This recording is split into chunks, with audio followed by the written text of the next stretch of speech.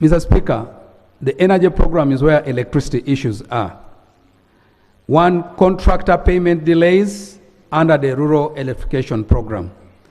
The committee noted that there is significant delay in government paying certificates of completed works. This, which has totaled to 75.622 billion as at June 2024. The non-payment of contractors has in turn resulted into the abandonment of sites in many parts of the country. Honorable colleagues, some of the erected poles are beginning to rot away. Some of the unenergized power lines have been vandalized by unscrupulous people.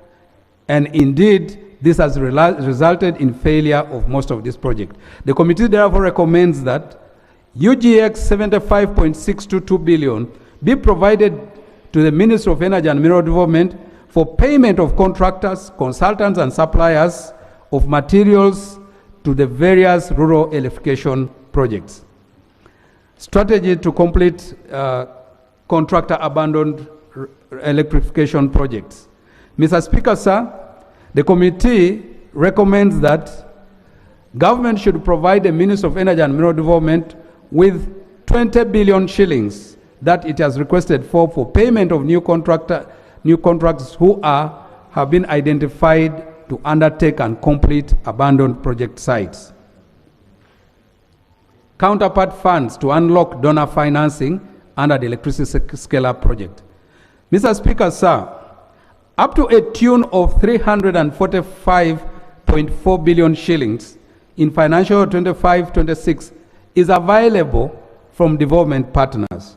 However, the ministry requires at least 21 billion shillings to unlock this funding as counterpart funds.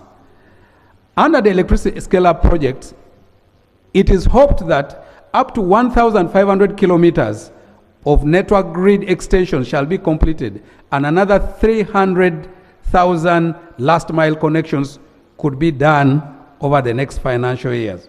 Mr. Speaker, the committee therefore recommends that the government provides for counterpart funding for electricity scale-up project of 20 billion in the next financial year.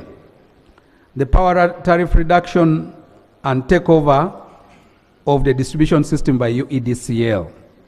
Mr. Speaker, the takeover of the electricity distribution system by Uedcl from Umeme Limited on April 1st, 2025 coincided with a 13.9 reduction in the weighted average end user tariff for the period April to June 2025.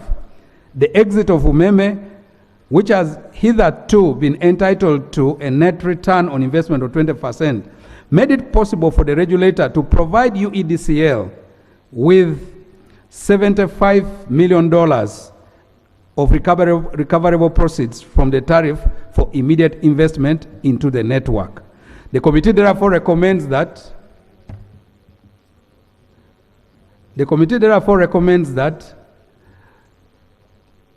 Uedcl is provided with $75 million as money for capitalization of the company so as to enable it run the grid effectively. Electricity demand growth,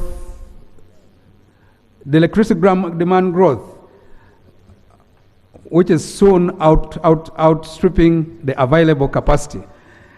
Honorable colleagues, the current installed capacity of electricity in the country is 2,051 megawatts. The actual available dependable capacity is approximately 1,372 megawatts. Honorable colleagues, it is expected that the annual demand of electricity is likely to rise by 10% from 7% over the next 5 years. This is going to be attributed to electricity scale-up project, the standard gauge railway, and the intensification of oil-related industry. This therefore means that this projected growth rate is anticipated to increase the demand of electricity to surpass the supply over the next 3 years. The committee noted that on average, it design